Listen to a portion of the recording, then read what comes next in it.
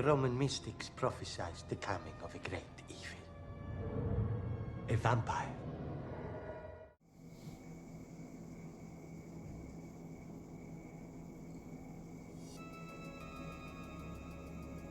Thought I heard a vampire or something. So look, bro. This video, like I said, I'm going down the line with my favorite horror films or films of interest in the horror genre. So anybody new who just seen this video, anybody new to the channel, this is what I'm doing. So today is let's see something right quick. Just a little bit more creepier. Ooh, that's too bright. Sorry, people. That's too bright. Here we go. Is that a little creepier now? So, oh dang, it's changed. It's on the changing one. Sorry. That's better. So, once again, I'm doing film reviews, horror films, and this time it's Dracula Untold. So my biggest question is this movie really as bad as the critics say, or anybody else says out there? So with that being said, let's dig into this. Ask again, was Dracula Untold that bad of a movie? Let's dig in. So Dracula Untold was a 2014 dark fantasy action horror film directed by Gary Shore in his feature film debut. It was supposed to be a reboot of the Dracula film series for Universal. The plot creates an origin story that titular character, not basing so much on the Bram Stoker novel, but the real-life historical figure Vlad the Impaler, played by Luke Evans. Well, like I said, there's a little bit, just a tiny bit of some of Bram Stoker's novel pieces in there. But anyways, moving on. Now the critics, they did not like this movie at all. Some did. Rotten Tomatoes gave this movie a 24%, but we really don't trust Rotten Tomatoes. Well, this is before they wanted to shift for Marvel and Disney. Now let me see something right quick. Not Marvel, sorry. The Mummy 2017 was a 16%. Okay, good. Dracula Untold should be high, because Tom Cruise's Mummy is a holy train wreck. And when I mean a holy train wreck, sometimes you don't want to look away, but you want to look away. But back to the story.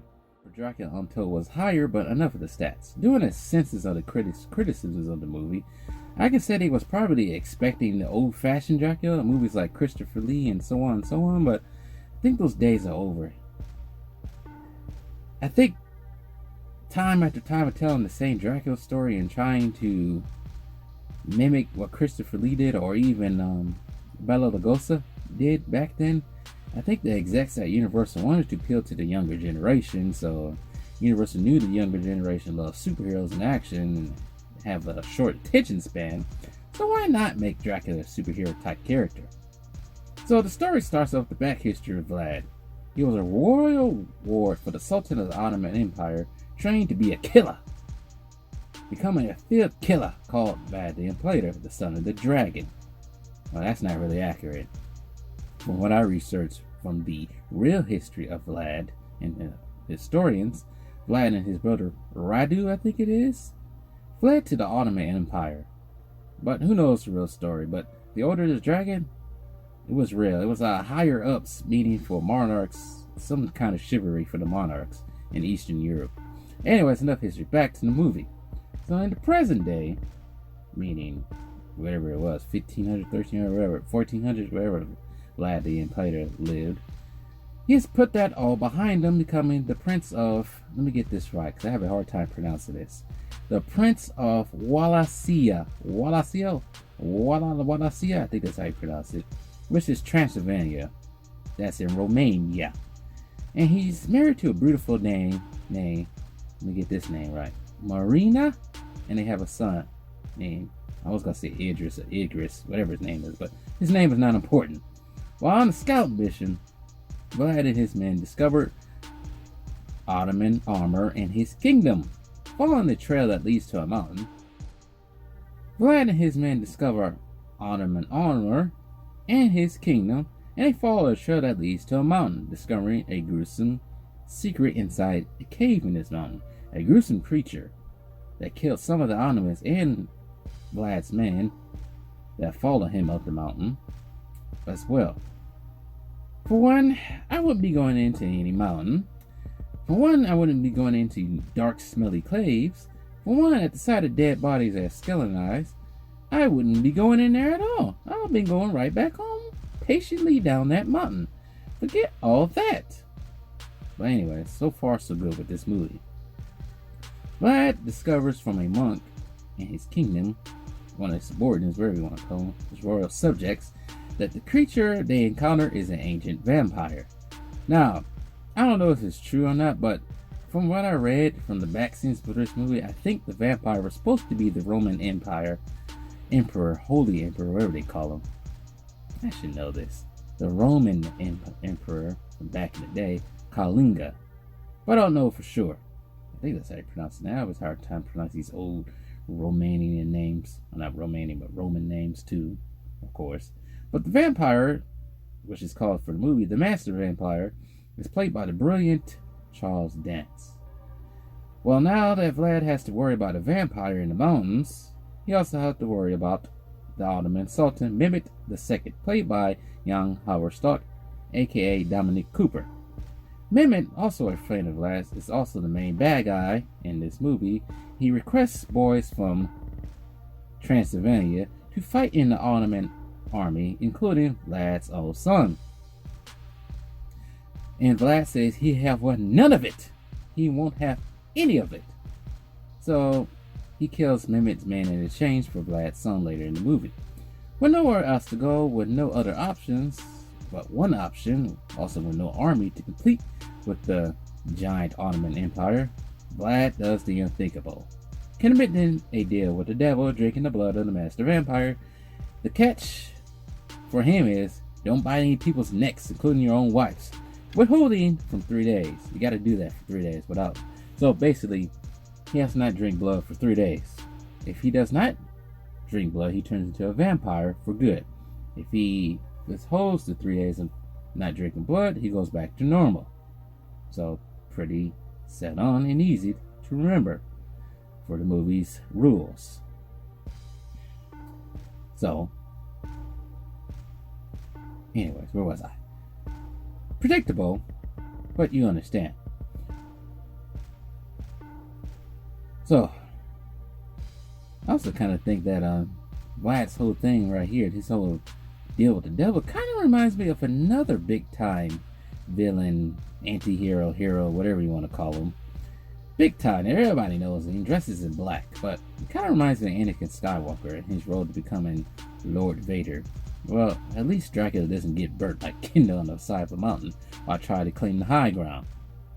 So anyways, this is probably when the movie turned some people off and probably rolled their eyes. Vlad discovered his powers. He gains super strength, speed, and can shift into a crowd of bats. Also, he has a bloodlust, of course, because he's a vampire and so on. This scene kind of reminds me of Peter Parker becoming Spider-Man, you know? In the first Spider-Man movie ever. Next, Vlad can see cannon fire near Castle Dracula, rolls into battle, killing the Turks at the gate in too much CGI fashion, and it really is CGI fashion, and it's kind of dark too. My problem with this whole scene really is no one ever questions or ever thinks to find out how did Dracula or Vlad kill an army of 3,000 by himself, or did anybody even see him doing that? Maybe he was moving too fast, but still, you would think people would question seeing something supernatural on the battlefield, or wondering how did he survive that, because he was the only one that went out there. They seemed like go out there with one sword. But anyways, it's just weird to me that they didn't even realize that. I guess some people probably questioned. They had to. He killed, I think it was 1,000 men, maybe not 3,000, but 1,000 men by himself within like 10 minutes. Okay, we like it. It's action. Anyways, Vlad moves his people to safety, but to answer my question, people do start realizing something is up with him. First, his wife finds out he racks the silver in a weird way, and his scars on his back from his childhood disappear. And he's shaking like a crackhead sometimes too when he's asleep, because he's trying to resist the bloodlust. Others notice too, including a monk that suspects him to be a monster, and old universal monster form, they all start attacking Vlad, trying to burn him alive, but fire does not harm the vampire. Vlad scolds them, saying they wouldn't be alive without him, and they pretty much get back in line with that because they're scared of him. He's a vampire. And also, it's true, he has also kept them alive at this point by himself. But there's more. Later on in the night, the Ottomans/Turks return. This time they accomplish their mission, which is weird. Scene is weird. I would say it's weird, but anyways, they want most of the Romanian boys, but they kill a lot of them to get to Vlad's son. I guess they just wanted Vlad's son. Well, they got the son of the dragon's son. Plus, Marina is thrown off, that's how I pronounce it, is thrown off the balcony of the monastery wall that they are currently holed up in. And Vlad is not fast enough to save her because, for one, he's fighting in battle, and two, he's just not fast enough. He's not fully a vampire. And then he takes out his wife's juggler, bleeding her dry, becoming the ultimate vampire, freeing the master vampire from his curse above the mountain. Because the master vampire cannot come out of that cave too. Now he's out. Vlad in superhero form goes to his Batcave and wears his own battle suit, which is nice, but also he gives the remaining people who survived the attack, who didn't die or who's currently dying from the Ottomans' raid, powers of a vampire by drinking his blood. But wait, wouldn't that free Vlad from his own curse? Because later these people who become vampires will rip out the Ottomans' necks by drinking their own blood too. Maybe I missed something. I don't know how this vampire thing works anyways. It's confusing how vampires thing works. But anyway, I thought you can either like rip somebody's throat out and they die, or you put 2 holes in their neck and they become a vampire. But whatever. I don't even know how they become a vampire where you put 2 holes in their neck.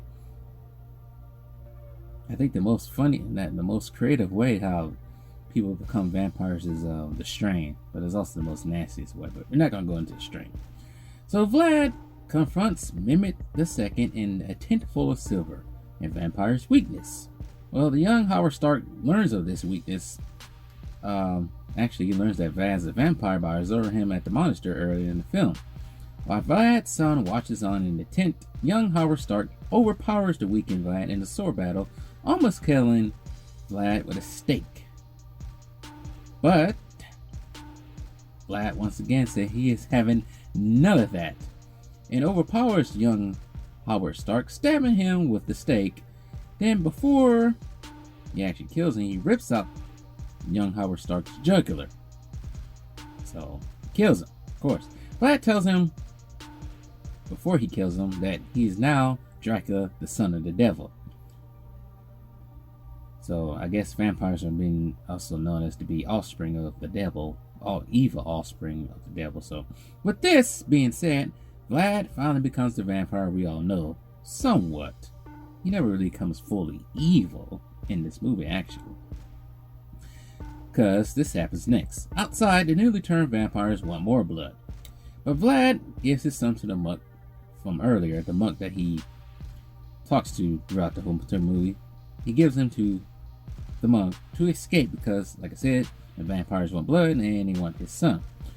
Vlad also has powers to control the weather, which I think most versions of Dracula has. I know the one from the Marvel, Dracula from the Marvel comics has that power. But he removes the dark clouds from the sky. Basically, it was sunny before. I didn't think it was sunny before, it was just dark. But he removes the dark clouds from the sky, releasing the sun to burn all the vampires, including himself. Well, I guess he does burn like Anakin somewhat. After Vlad dies, a strange man that Vlad encounters earlier in the film, who is creepy and weird, which I also think is the film's Reinfeld. I never know how to pronounce that name. If you know who that is, if you've seen Dracula movies, you know who that is. But I guess this version of him, Reinfeld, the rat eater, or fly eater, whatever you want to call him, drops his own blood on Vlad. Well, the movie ends in modern time, and this scene is actually put in the last minute before the film was even released. Vlad meets a young woman named Mina Harker, so here's the Bram Stoker stuff, who resembles his old wife from back then, and the two walk off while the master vampire, now in human form, follows them. So that's the end of the movie. So that's Dracula Untold. For me, this movie is a guilty pleasure, but I think they went the wrong way with this one, kind of say. But I understand why they did what they did. I don't know what plans they have for this version of Dracula in the what they call the Monster Cinematic Universe. I think he was supposed to be the hero that set up the whole universe, but too bad it was killed off for the Dark Universe, which was also killed off by this year's Invisible Man. I think this movie is just a middle-of-the-road movie made to entertain. The acting wasn't that bad from anybody, but young Howard Stark's accent as Mehmet II was, and it was killing me, because it sounded like he was Romanian sometimes, but he also didn't die from a vampire bite in real life. Supposedly he was poisoned by his subordinates in the Ottoman Empire, but enough history. Dracula Untold, I saw this movie in theaters and everything. Was it a movie I was waiting on to come out? Actually, I didn't know this movie was coming out probably 2 months before it came out. And one of the reasons why I saw it in theaters, because usually I don't watch movies in theaters in October or November unless they're movies that are highly anticipated. But I think one of the reasons why I saw this movie, because usually I go to Universal Studios Halloween Horror every year. In 2014, I didn't go. And he also had a Dracula Untold maze there. But yeah, I decided to go watch this movie and I actually thoroughly enjoyed it. And like I said, I'm a big time Universal Horror monster fan, so I don't think the movie is as bad as it is or people give it. I thought, like I said, once it was enjoyable. I guess like I said in the review, it was supposed to be the movie that set up the whole Dark Universe, but it was called Dark Universe back then, but that failed, and now we have Invisible Man. So moving forward with Dracula, I don't know what they should do. I think they should don't make him a superhero, or don't try to copy the Marvel Comics version of Dracula, which is basically evil, but he has all the powers that Luke Evans' Dracula has. I think they should do what they did for Invisible Man, make it a little bit more, not charismatic, but a little bit more classy in a sort of way. Just making a mystery, horror mystery kind of thing. I think that's what they should do with it going forward. Don't try to be over dramatic or over cinematic with it. Like I said, avoid him being a superhero. Make him a modern day Bela Lugosi or Christopher Lee. Most likely Christopher Lee. Go with that. To play Dracula, I don't know. There's got to be somebody unknown like they did with Invisible Man. I think that's the same thing they're going with the Wolfman too. Trying to make it more sophisticated, but also deal with modern day stuff, which they should do with all of them. I don't think they're going back to the old 1800s or whatever with that, but I think that's done. So, Dracula Untold, I give it a 7 out of 10, 6 out of 10. I used to give it 6 out of 10. I give it a 7 out of 10. I enjoyed it. You should go watch it for your Halloween horror magic viewing. With that being said, gotta go kill some vampires now, so peace.